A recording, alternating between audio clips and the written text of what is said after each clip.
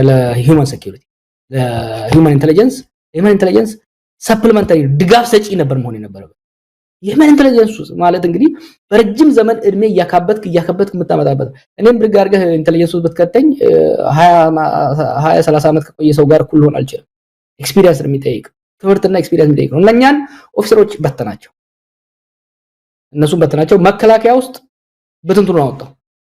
ይሄንን የተዳከመ ሴኩሪቲ ይዞ በጉልበት ተቃዋሚዎችን መደፍጠጥ ሞከረ። ኦሮሚያ ላይ ትግራይ ላይ መጨረሻ ላይ ደግሞ አማራ ላይ ለመፍጠጥ ሞከረ። ያለ ጉርበቱ የአገሪቷን የሴኩሪቲ አቅም ካዳከመ በኋላ ለመደፍጠጥ ሞከሩ።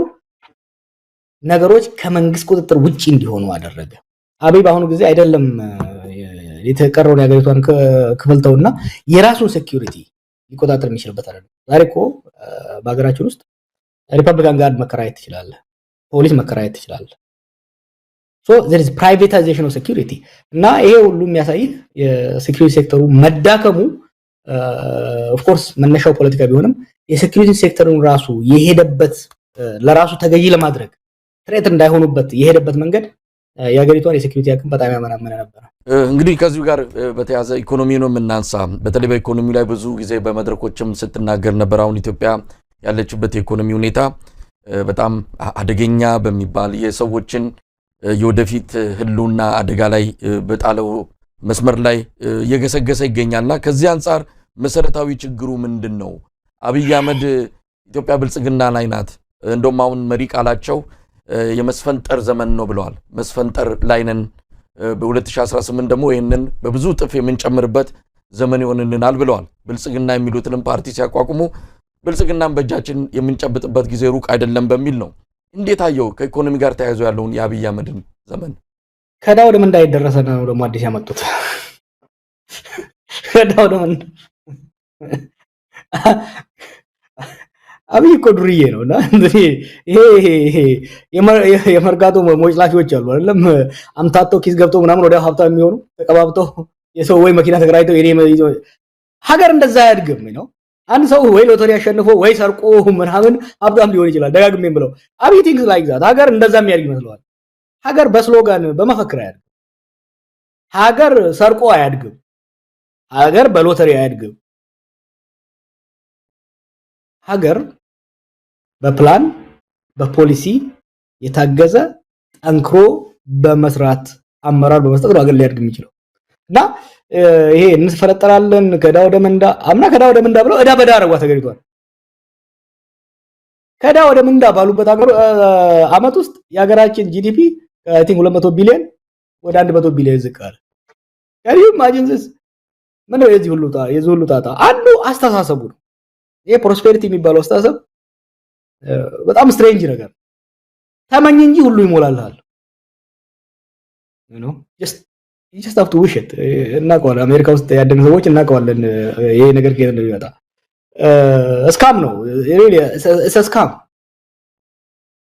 መነሻው አንዱ እሱ ኢኮኖሚ እንደኛ ነው። ቅድም እንዳልኩ የመንግስትን አቅም ካመናመነ በኋላ የፖለቲካውን ችግር በፖለቲካው መፍታት ይልቅ በዛ በተዳቀመ መንግስታዊ አቅም ወደ ጦርነት ገባ። ወደ ጦርነት ሲገባ ጦርነቱ የሀገሪቷን ኢኮኖሚ በላው። ከ60 እስከ 100 ቢሊዮን ዶላር የሚሆን በትግራይ ጦርነት፣ በአማራ ጦርነት፣ በኦሮሚያ ጦርነት ዲስትሮይ ያደረገው የመሰረተ ልማት መውደም፣ የውጪ ኢንቨስትመንት መጥፋት ሁሉም ተደባብረው መጡ። ከዛ የተረፈችው ምን ቢያደርግ ይሻላል? ትንሽ የቀረሰችው ነበር በለጀ ላይ በጣም we are so unlucky እኮ በዚህ ጊዜ እንዲህ አይነት ሰው እንዴት መጣ የሚለው ራሱ you have to really ask ፈጣሪ ምን ብናደም ምን በበድለው ነው በዚህ ጊዜ እንዲህ አይነት ሰው ያመጣው? ከጦርነት የተረፈችውን ገንዘብ ሰብስቦ ወይ ቤተ መንግስት፣ የመንገድ ላይ ብልጭልጭ፣ መዝናኛ፣ ላሊበላ ቱሪስት ሄዶ ማየት ተስኖት እያለ ጎርጎራ ብሎ ዛጋ ገንዘብ ያፈሳል። ሶ በጦርነት ከጦርነት መውደ የተረፈውን ብልጭልጩ ላይ አወጣው። ከብልጭልጩ የተረፈው ደግሞ ምን ቢያደርገው ይሻላል? ሄደና ከአይኤምኤፍ ጋር አይኤምኤፍ ከእናቴ መቀነስ ነው ብሎ ሄዶ ሲፈታው የተረፈችውን ኢኮኖሚ ጠቅልሏት ወጣ ማለት ነው። ከአይኤምኤፍ ጋር ያደረጉት ስምምነት ምንድነው? ታሞ ባልጋ ላይ ያለን ሰው ኮሶ እንደመስጠት ነው። ኮሶ ገጠር ልጅ ነው። ኮሶ ታውቃለህ? ኮሶ ሰጣት አገሪቷን የአገሪቷን ኢኮኖሚ ተቅማጥ በተቅማጥ ነው ያደረገውና አሁን ክራሽ አደረገ። ኢኮኖሚ ዳን እና ኢኮኖሚው መዳከም ብቻ አይደለም ኢኮኖሚው ሙሉ በሙሉ ወድቆ ያለበት ሁኔታ ነው ያለውና የሚያሳስበኝ ክራይሲስ ውስጥ ገባለህ። አንዳንዴ ሳታስበውም እኮ የሀገር ኢኮኖሚ ክራይሲስ ውስጥ ሊገባ ይችላል። ቀውስ ውስጥ ነኝ ብሎ ማሰብ መቻል አለበት። አሁን የምናውቃቸው ትላልቅ ክራይሲሶች እንደ አርጀንቲና፣ ብራዚል፣ አሜሪካ ራሷ ግሬት ዲፕሬሽን ውስጥ ገብታ ነበረ። የኤዥን ፋይናንሻል ክራይሲስ ውስጥ ትገባለህ። ክራይሲስ ከገባህ ከክራይሲስ ለመውጣት መስራት አለበት። ግን ክራይሲስ ውስጥ እንደገባህ ቀውስ ውስጥ እንደገባህ ራሱ ማመን መቻል አለበት። ኢትዮጵያ ደሃ ሀገር ነች። በድህነት ነው ያደግነው፣ ምንም ጥያቄ የለውም።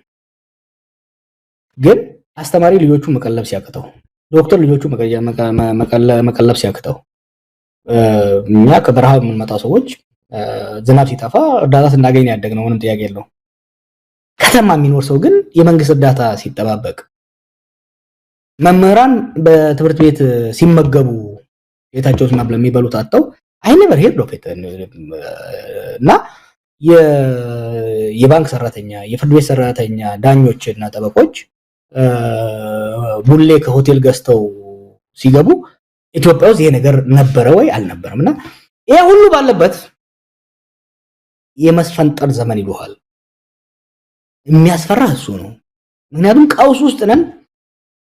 ከዚህ ቀውስ ውስጥ ጠንክረን እንወጣለን ማለት አንድ ነገር ነው አይደለም። ከከፍታ ዘመን አልፈን አሁን ደግሞ የመስፈንጠር ዘመን ላይ ነን ሲሉ ይሄን የሚያክል ዲናያል በጣም አደገኛ ነው እና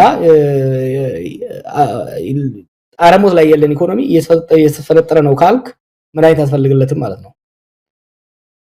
ጋር ወደ ዋናውም ወደ መሰረታዊ ወደ ሆነው ወደ ወቅታዊ ጉዳይም ይህንንም ቃለ መጠይቅ እንድናደርግ ወዳደረገን የሰሞኑ ግርግርም ለመምጣት በሚል ነው።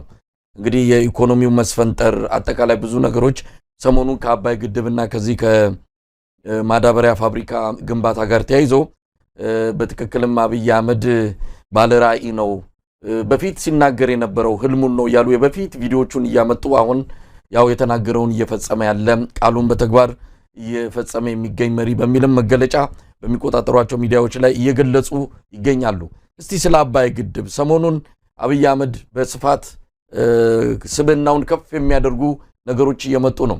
አባይን የሰሩ የጀመሩ እጆች ቢኖሩም የነዛ እጆች የነዛ ሰዎች ታሪክ በተወሰነ ደረጃ እየኮሰሰ አብይ ግን ከፍ ብሎ እንዲታይ የሚደረግባቸው ዘመቻዎች ነው የተጀመሩትና እስቲ ስለ አብይ እና አባይ ምን ትላለህ?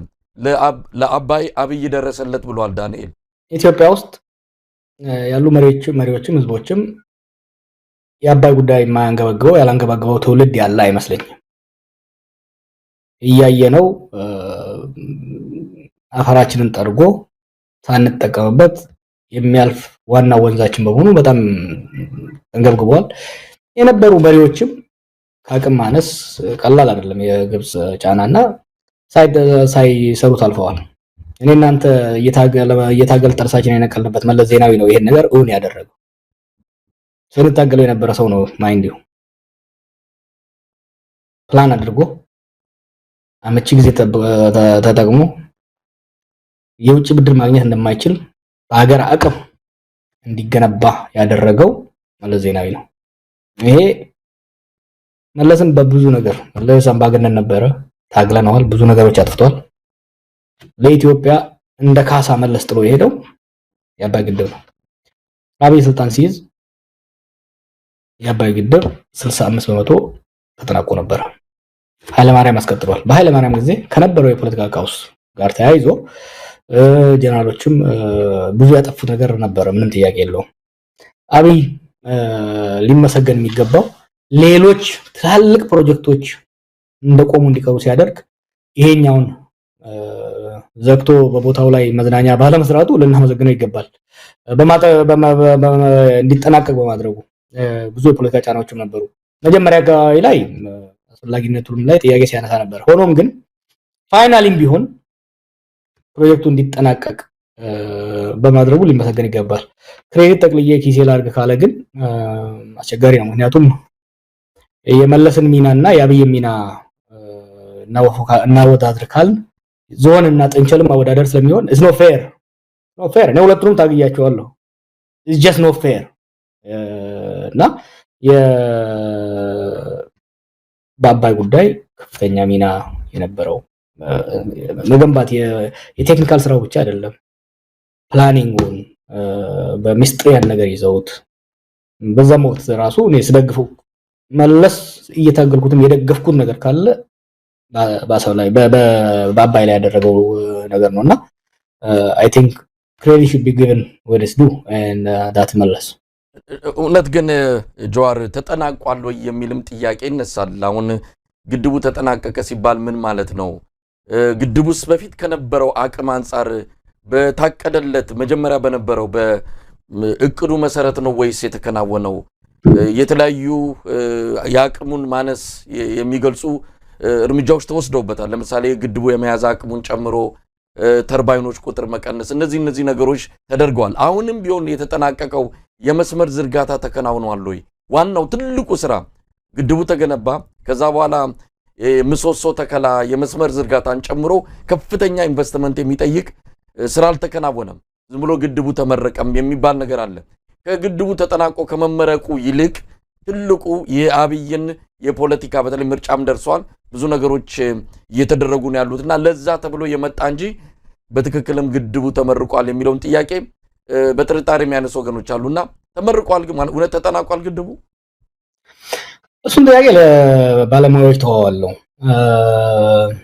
አንዳንዴ አልሐምዱሊላህ ማለት አለበት ትንሿን ነገር እኔ አብይ ሲያጠፋ እንጂ ሲያለማ አይቼ ስለማላቅ ትንሽ ነገር ሲያለማ እሷንም እኔ ፍራቻ ነበር ደጋግሜ ጽፍ ነበር ያኔ ተዝካለ የሄዶ ሶሺ ላይ ራሻ ላይ ሄዶ የፈረመው ስምምነት የሀገራችን ዲፕሎማቶች ተረባርበው ተዝካለ ከትራምፕ አማች ጋር አብርሃም ሳኮርድ እኮ ነው ሄዶ የፈረመው በጣም አደገኛ ለሀገራችን አደገኛ የሚሆን በተለይ ለናይል ጥቅማችን በጣም አደገኛ የሚሆን ስምምነት ራሻ ላይ ሄዶ ከግብጾች ጋር ተፈራረመ።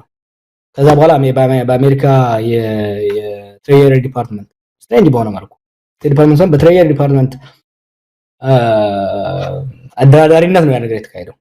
ያ ነገር ወደፊት ያው ሰዎቹም አሁን በውጭ ጉዳይ ውስጥ ስላሉ ብዙ ልገባበት አልፈልግም። በብዙ ርብርብ በብዙ ትሬት ነው ከዛ ስምምነት አብይ እንዲወጣ የተደረገው። ከዛ ወጥቶ እዚህ ጋር መድረሱ ራሱ ሙሉ በሙሉ ሳያስቆመው ቦታውን ወደ ዶሮ እርባታ ሳይቀይረው እዚህ መድረሱ ራሱ ፈጣሪ ይመስገን ማለት ነው። የተረፈውን ወደ ኋላ እንጨርሰዋለን፣ አጠፋውም ወደ ኋላ እንጨርሰዋለንና ማይ ኤክስፔክት